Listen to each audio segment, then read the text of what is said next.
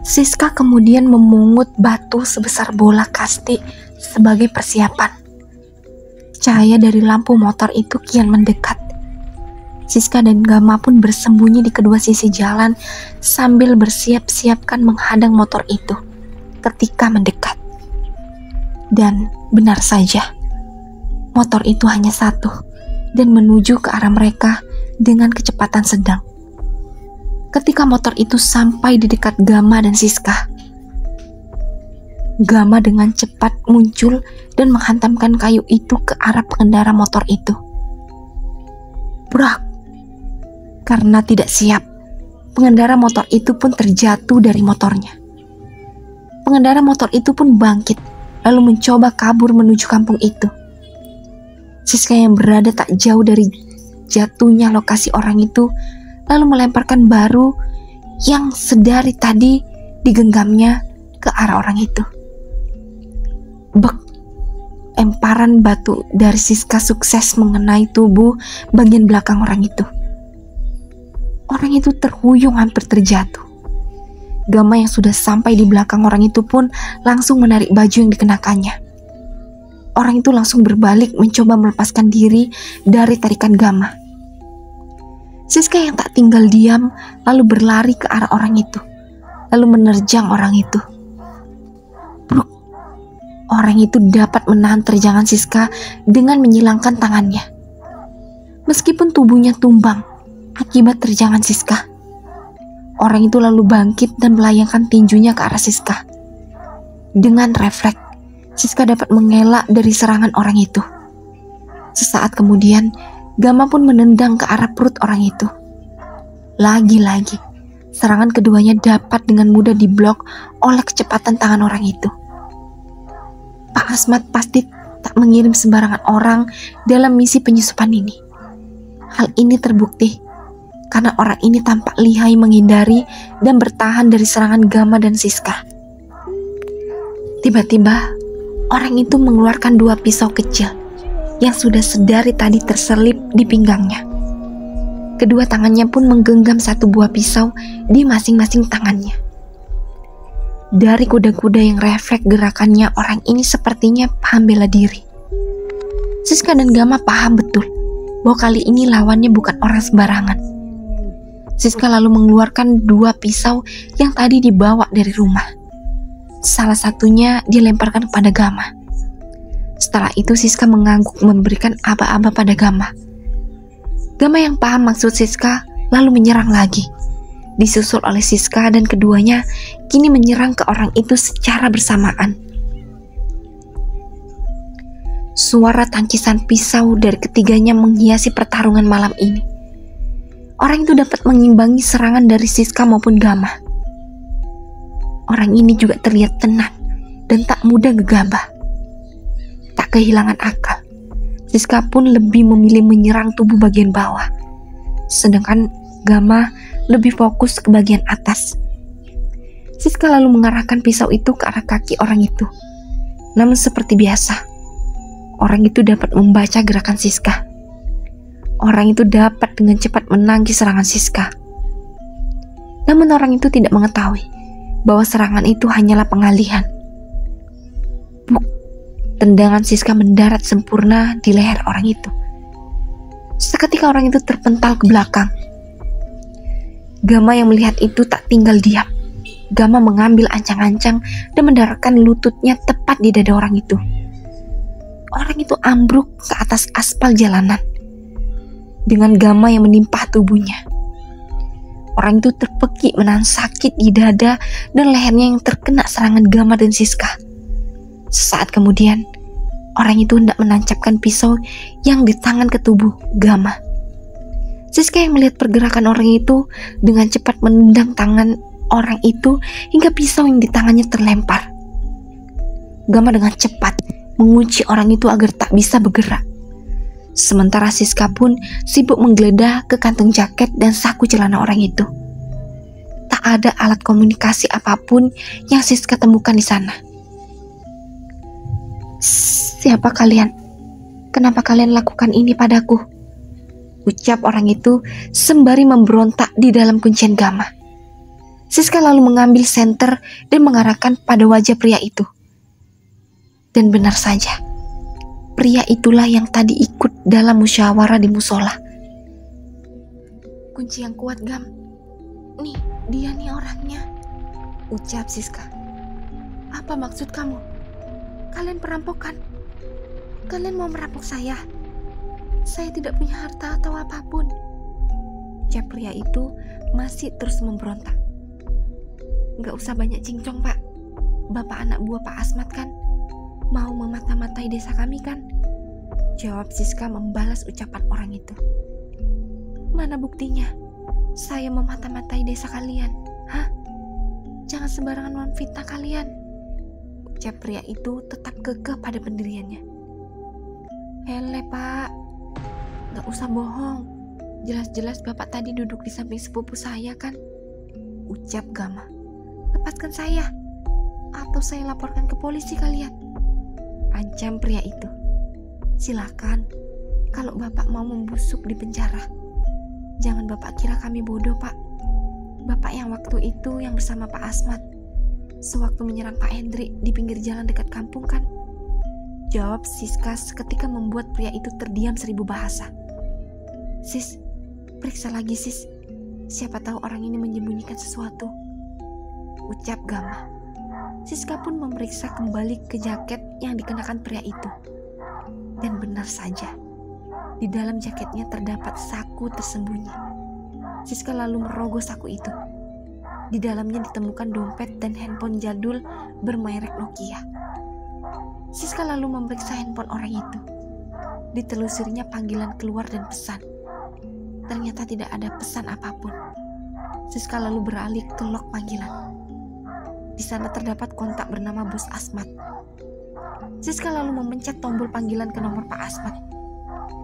Maaf, pulsa Anda tidak mencukupi untuk melakukan panggilan ini. Terdengar suara operator di seberang sana. Siska dan Gama menarik nafas lega, karena pasti pria ini belum menghubungi Pak Asmat. Sesaat kemudian, handphone pria itu berdering. Terlihat Pak Asmat memanggil. Siska lalu dengan cepat membekap mulut pria itu agar tak bersuara. Setelah senyap, Siska pun mengangkat panggilan itu. Halo Man, gimana? Kamu udah dapatkan informasi mengenai rencana mereka? Halo? Halo? Tut. Siska lalu mematikan panggilan itu dan kembali menarik nafas lega bersama Gama. Sis, lalu ini gimana? Aku udah gak kuat kalau terus-terusan gini. Ucap Gama yang sudah mulai kelelahan karena masih dalam posisi memiting leher pria itu. Siska lalu berdiri dan buk, satu tendangan dari Siska mendarat di wajah pria itu. Seketika pria itu langsung pingsan di tempat. Gama tercengang menyaksikan Siska yang tiba-tiba saja menendang pria itu. Sis, kamu barbar banget, ucap Siska yang terpelongo menatap Siska. Biar gak nyusahin Gam, kamu juga kalau macam-macam bakal dapet gini juga kok, jawab Siska sekenanya. Gama pun terdiam sambil menelan salivanya. Begitu mendengar jawaban Siska. Bercanda lo Gam, serius amat. Mana mungkin aku tega giniin kamu, ucap Siska kemudian. Kamu ya bikin ketar-ketir tahu nggak? Ucap Gama sambil menarik ujung hidung Siska. Mereka berdua pun menyeret pria yang sudah pingsan itu ke pinggir jalan. Selanjutnya Gama pun meminggirkan motor yang tadi terjatuh karena ulahnya. Gama pun menggeledah isi bagasi motor itu dan menemukan satu buah golok dan satu celurit di dalamnya. Sis, mati gak sih ini orangnya? Tanya Gama sambil mentoel-toel tubuh pria itu. Ya enggak lah Gam, masa gitu doang mati sih? Jawab Siska. Gitu doang kamu bilang? Sampai terkapar gini kami bilang gitu doang sis? Ya kan emang aku gak kuat nendangnya, dianya aja yang lemah, jawab Siska cuek. Terus ini gimana? Kita cara bawanya gimana ini? Tanya Gama. Lah iya ya, mana kita gak bawa handphone lagi, Jawab Siska kebingungan. Keduanya pun terlihat bingung sendiri, memikirkan caranya membawa orang ini. Kalau naik motor kepunyaan orang ini, udah pasti gak muat, karena motornya juga Supra jadul. Tak lama kemudian, terlihat titik-titik cahaya lampu motor dari kejauhan. Berjumlah 5 sepeda motor datang dari arah luar menuju kampung itu. Melihat itu, Siska dan Gama sampai panik, karena mengira itu adalah kelompok dari pria itu. Gama dan Siska bersembunyi di antara ilalang. Tak lupa mereka berdua menyeret tubuh pria yang pingsan itu ke balik rerumputan. Sambil bersembunyi, Gama dan Siska pun memperhatikan motor siapa yang lewat itu. Suara motor itu kian mendekat. Lampu-lampu sorot dari motor-motor itu kian terang menyoroti sepeda motor jadul yang terparkir di pinggir jalan. Para pemotor itu lalu menghentikan motornya tepat di dekat sepeda motor jadul yang terparkir di pinggir jalan. Siska dan Gama yang bersembunyi di balik ilang terus mengintip ke arah orang-orang yang baru saja turun dari motor itu. "Itu kayaknya Fajar, Gam," ucap Siska pada Gama. "Lah, iya ya sis," saut Gama. Mereka berdua pun keluar dari balik ilalang dan berjalan mendekati Fajar. Awalnya, Fajar dan beberapa warga terkejut begitu melihat 2 sosok manusia keluar dari balik ilalang. Namun Fajar merasa lega begitu mengenali sosok 2 orang itu adalah Siska dan Gama. Kalian rupanya, Gam. Kukira siapa?" tegur Fajar. "Lah, kamu yang tadi aku kira siapa, Jar?" balas Gama. "Gimana? Ketemu orangnya?" tanya Fajar. "Itu?" tunjuk Gama ke arah semak-semak. Fajar lalu memeriksa semak-semak yang ditunjuk Gama. Betapa terkejutnya Fajar ketika mendapati orang itu terkapar di balik semak-semak itu. "Lah, mati, Gam?" tanya Fajar sedikit panik. "Enggak, cuma pingsan doang, Jar. Biasa, kerjaan si Ono noh," jawab Gama sambil menunjuk ke arah Siska. Fajar pun lalu memeriksa nadi dan leher pria itu. Dan benar saja, ternyata orang itu masih hidup.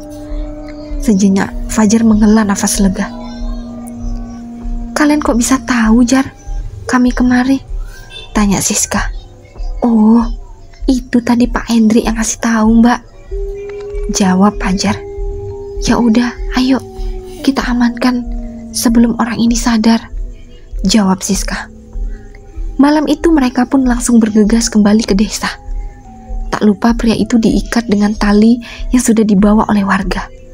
Mereka pun saling berboncengan dengan Fajar yang membawa motor, pria itu di tengah dan Gama di belakang.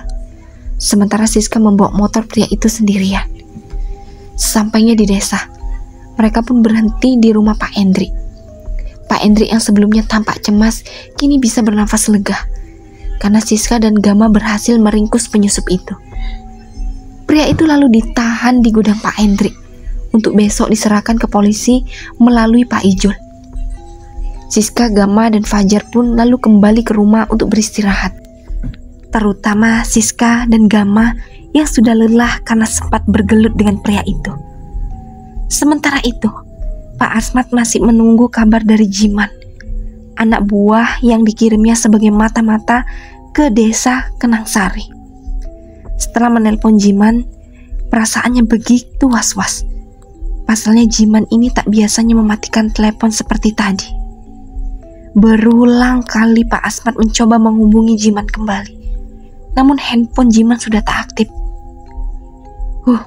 Seandainya Nyai Anggi masih ada, pastilah takkan sesusah ini untuk memata-matai desa itu,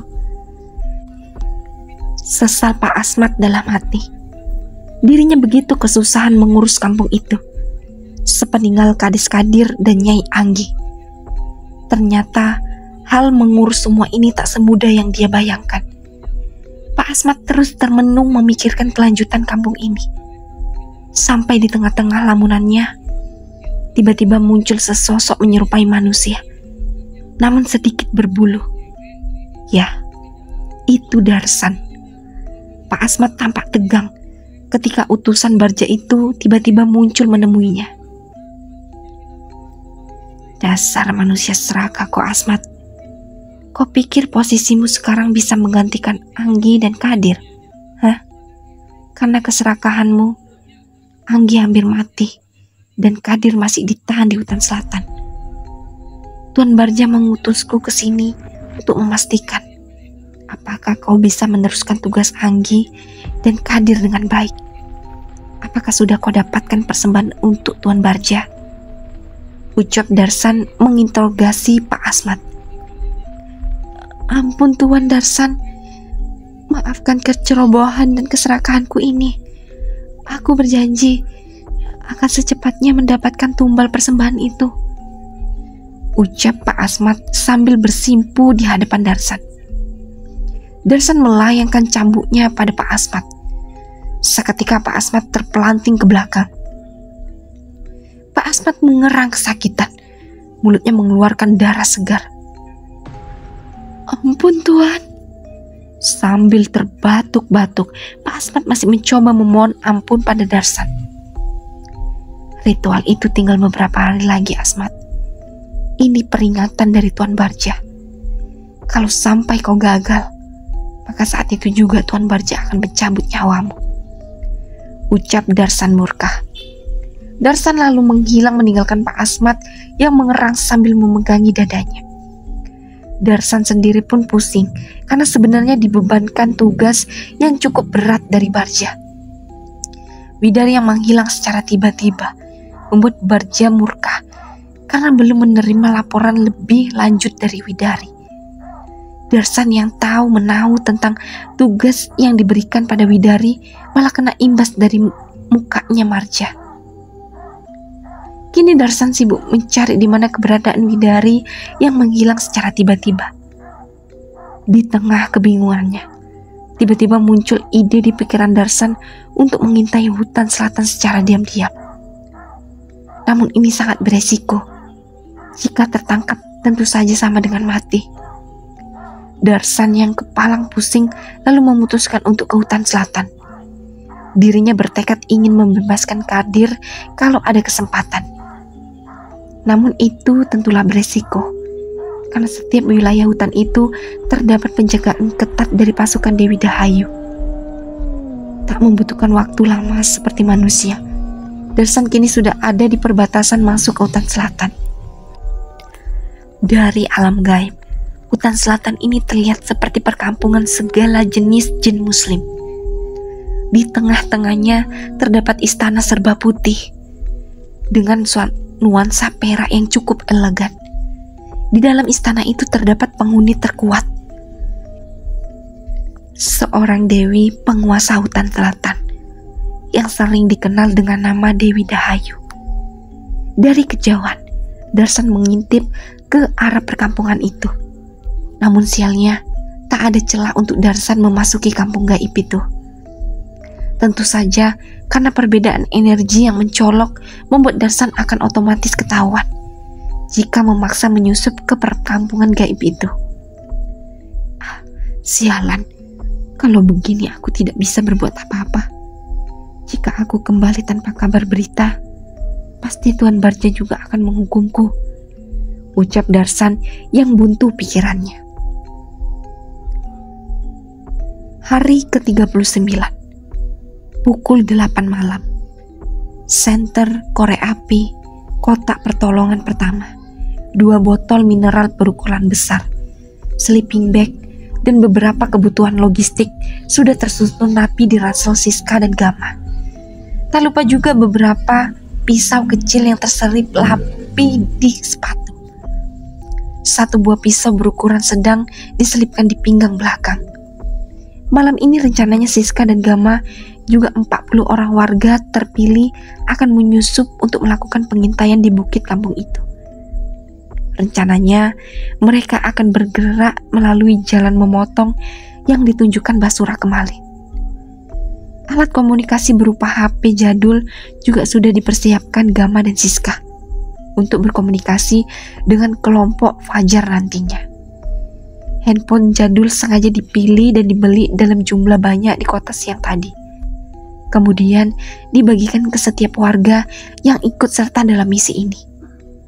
Selain harga yang murah, baterainya juga tahan lama dan lebih tahan banting dibandingkan dengan HP zaman sekarang.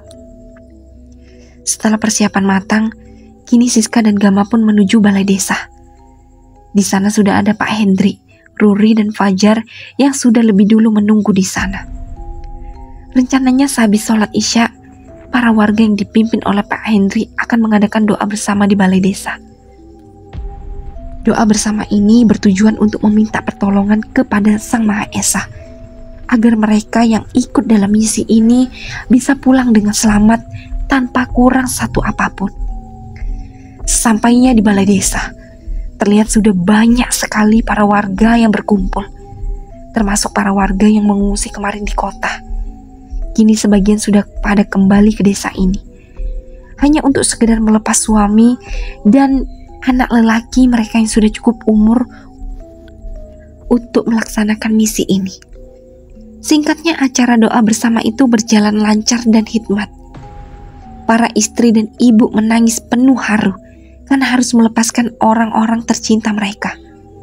Siska, Gama, Fajar, dan Ruri juga tak kuasa membendung air mata melihat pemandangan mengharukan sekaligus yang menyedihkan tersebut. Setelah acara selesai, Siska memilih melipir ke sudut balai desa untuk menyendiri. Bagaimana tidak, kini pundaknya begitu berat menanggung puluhan nyawa yang harus dijaga keselamatannya. Siska berulang kali menyekak bulir-bulir bening yang jatuh dari matanya.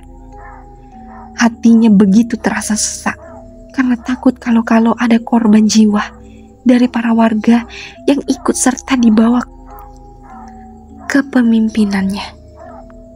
Berulang kali Siska berzikir memohon keselamatan pada Allah. Semoga ini yang terakhir mereka berurusan dengan kemungkaran.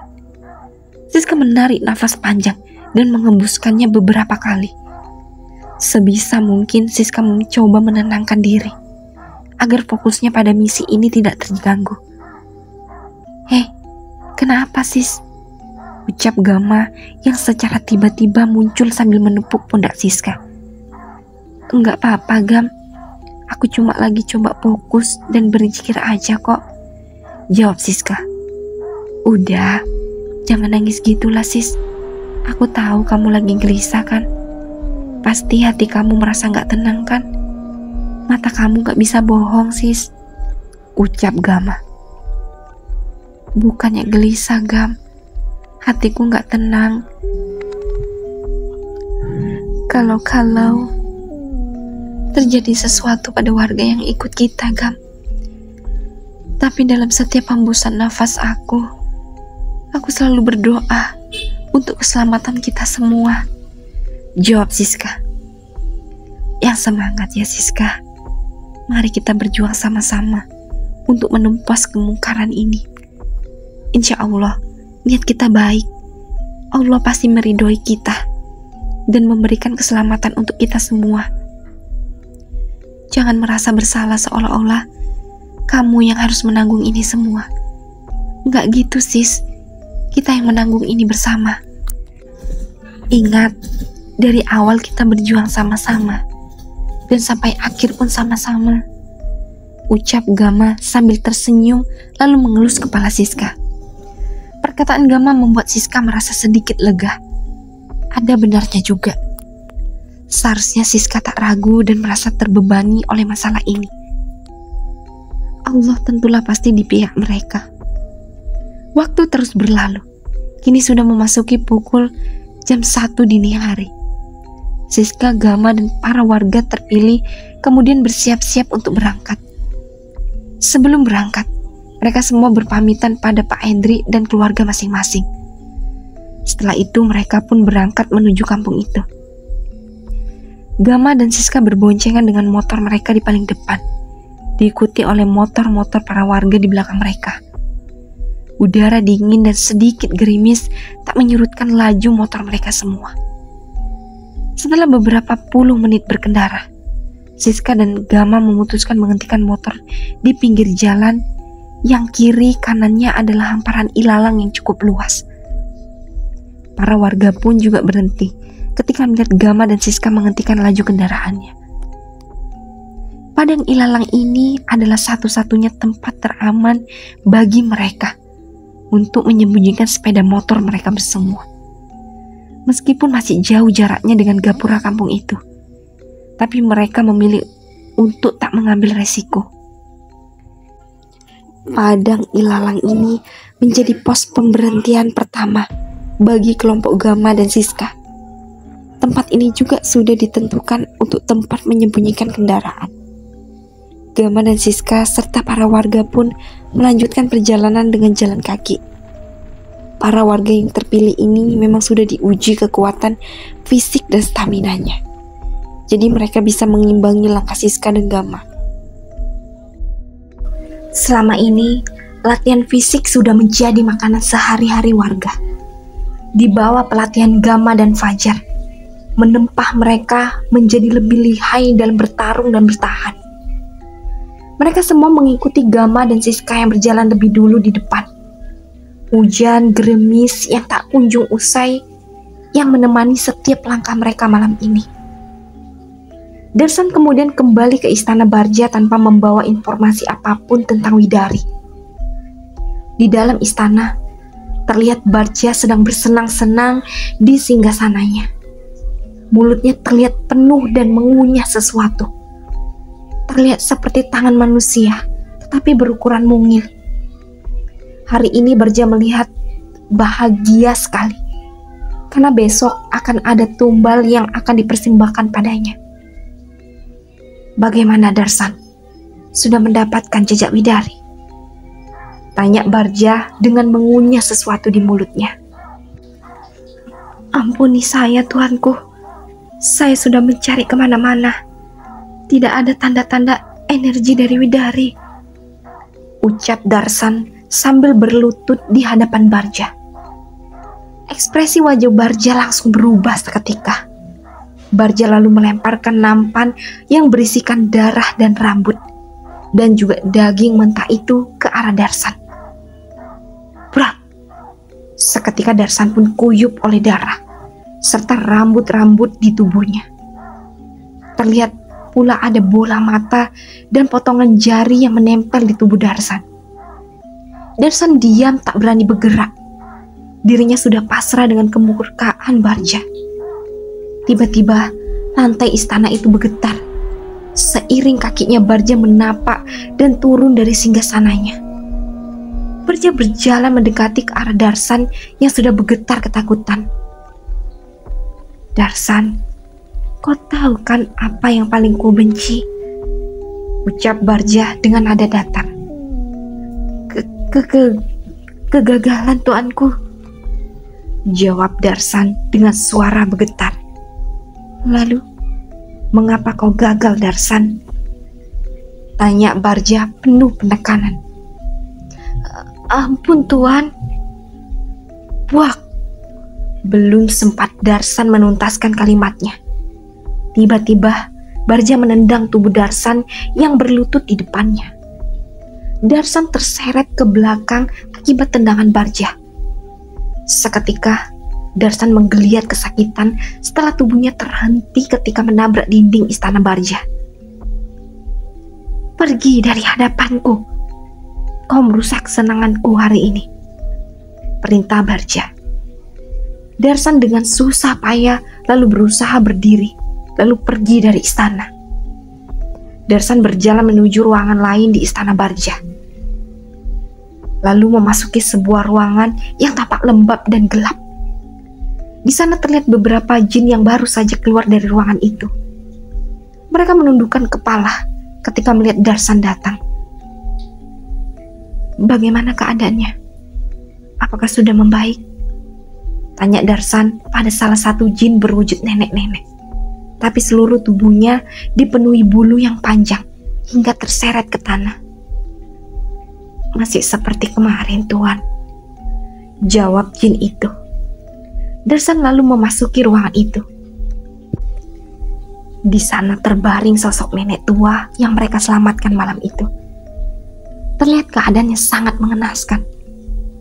Luka di dadanya dipenuhi oleh ulat belatung, sementara hidung dan mulutnya mengeluarkan cairan hitam yang berbau busuk. lendir-lendir berwarna kehijauan keluar dari setiap pori-pori tubuhnya. Ya, Nyai Anggi sedang bertarung melawan ajalnya. Namun entah kenapa, seolah-olah kematian pun enggan menjemputnya. Dia tak mati, namun juga tak hidup. Entah itu azab ataukah kutukan. Para jin-jin bawahan Barja sudah berusaha menyembuhkan luka yang diderita Nyai Anggi. Namun karena ada beda alam dan beda jenis, Nyai Anggi malah tak kunjung membaik. Raganya semakin tersiksa ketika tubuhnya dibawa paksa ke alam jin.